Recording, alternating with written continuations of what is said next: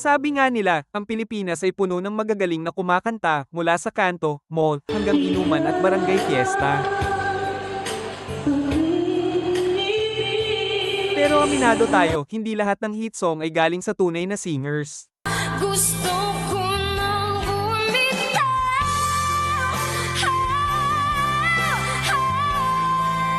May mga personalidad na hindi singer by profession, pero nagawang magbigay ng timeless at unforgettable na kanta. Pag-ibig ko'y sa'yo pa rin. At sa video na to, kilalanin natin ang mga non-singers na nagkaroon ng solid hit song sa OPM.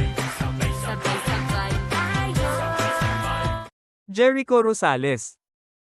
Ikaw pa rin ang hanap ng pusong ligaw. Paglalaban mo ang aking pag-ibig.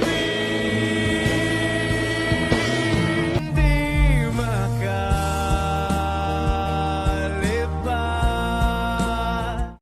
Kim Chu. Ikaw nga ba si Mr. Right? Ikaw nga ba love of my life? Mental instrumentals, hit me what you wanna do. Classroom may batas, bawal lumabas o bawal lumabas. Pero pag sinabing pag Vong Navarro. Pamela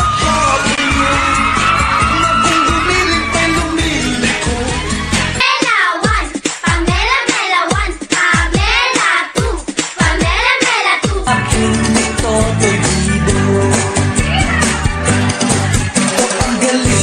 Daniel Padilla.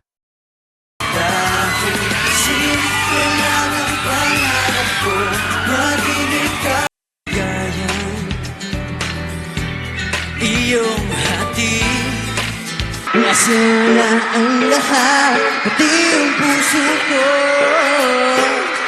Manny Pacquiao. Lalaban ako sa mundo, kapalit may buhay ko. Upang magkaisa, damdamin mo, damdamin ko. Para sa'yo, ang laban na to.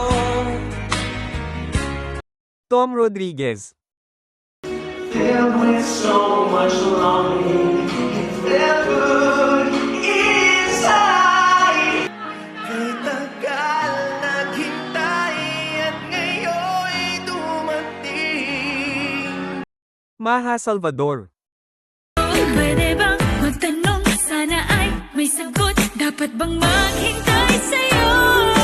Buong gabi tayo'y sasayaw.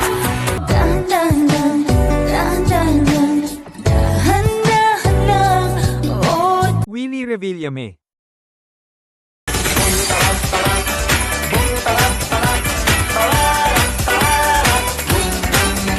Di ba alam na ikaw ang pangarap ko? Siyempre, ikaw lang ang aking iibigin, ang aking hahanapin. Bayani Agbayani. Tayo'y mag-ocho-ocho Atrasabante, relax ka muna pare. Marian Rivera. sabi rin lagi ako marunong sumayaw. Sa huli, hindi lang boses ang sukatan ng isang hit song. Minsan, tamang mensahe, tamang emosyon, at tamang timing lang ang kailangan. Para sa'yo, ang laban na to. Para sa'yo, ang laban na to.